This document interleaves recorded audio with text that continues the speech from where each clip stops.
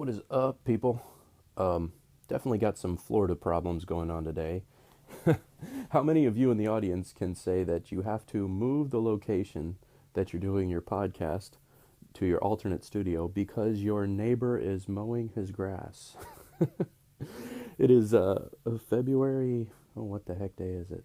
February 8th, 2015, and I'm actually going to have to cut my grass today, too, as well. It's the Florida equivalent to shoveling your snow.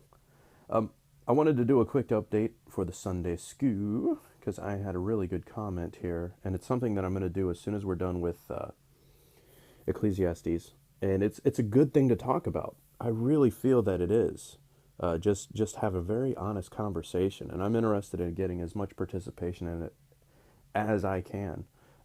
It's by user JE99NA2, and they wrote, "Please find and read about the ritual human sacrifice, rape, murder, and slavery in the Bible." I think that's a great idea to do an expository study over that.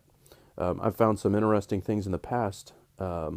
When I was in college, with this group called the Navigators, it was around the time, like, let's say this was 1994, 1995, and angels were like really, really, really popular. So we decided we were going to do an expository study about angels, just to see how much, with how big of a deal it is. Surely there's angels all over the Bible, and we were quite surprised to find they weren't nearly as common as you would believe. But let's move right along. I'm really happy with the Ecclesiastes study so far. I've read some good stuff in here. I've gotten a lot out of it. I'm interested in hearing from you. If you want to have me have more of an expository look at some of these passages, let me know. What's interesting about Ecclesiastes, I don't know if any of you have picked up on that, but so far in this book, we have read through the part of the Bible that's usually read when people are married, and we've read through the part of the Bible that's usually talked about when people die. Now, there's another one in the back that preachers go to during a funeral about the rapture, and I think it's in Thessalonians, about being called up into the air, just to, kind of rejoice and all that good stuff. But here's one for my friend Tex. In my New American Standard Bible, it's a passage highlighted as "the futility of life." That's nice. "There is an evil which I have seen under the sun, and it is prevalent among men, a man to whom God has given riches and wealth and honor, so that his soul lacks nothing of all that he desires. Yet God has not empowered him to eat from them, for a foreigner enjoys them. This is vanity and a severe affliction. If a man fathers 100 children and lives many years, however many they be, but his soul is not satisfied with good things, and he does not even have a proper burial, then I say, better the miscarriage than he. For it comes in futility and goes into obscurity, and its name is covered in obscurity. It never sees the sun, and it never knows anything. It is better off than he. Even if the other man lives 1,000 years twice, and does not enjoy good things, do not all go to one place? All a man's labor is for his mouth, and yet the appetite is not satisfied. For what advantage does the wise man have over the fool? What advantage does the poor man have, knowing how to walk before the living? What the eye see is better than what the soul desires.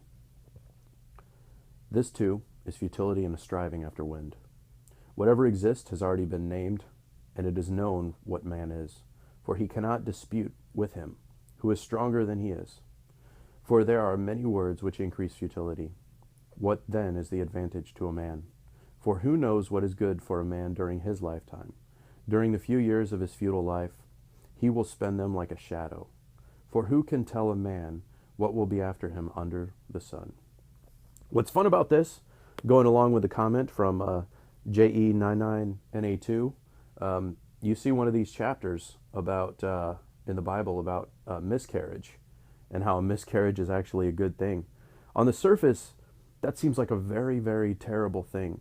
But if you try to figure out what it is that Solomon is talking about, it has to do with how hard you work during your life and you leave an inheritance, but the inheritance is given to these people who follow after you that don't have a stock in the labor, and they all end up dead anyway.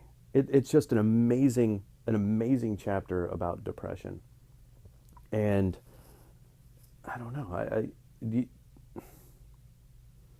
I don't quite have the words to put it. I mean, if you take this out of context, one could say, oh, gee whiz, the Bible says that a miscarriage is good. But that's not what it's talking about. It's saying there's pain in the world. So the author is saying, why not just skip out on the pain? It's better to never have experienced that pain than it is to live through the pain of life. So that's the point there. And that's what you find with a lot of the context surrounding these very difficult subjects. So we're going to leave this as one chapter, because this is totally my favorite book of the Bible. It used to be Proverbs. I used to like Proverbs a lot, but I still do. But Ecclesiastes is my favorite. So we're going to stick around it for a while. Y'all take care and enjoy the rest of your Sunday. And we will be back tomorrow with another Daily Dose of Lamb Dog.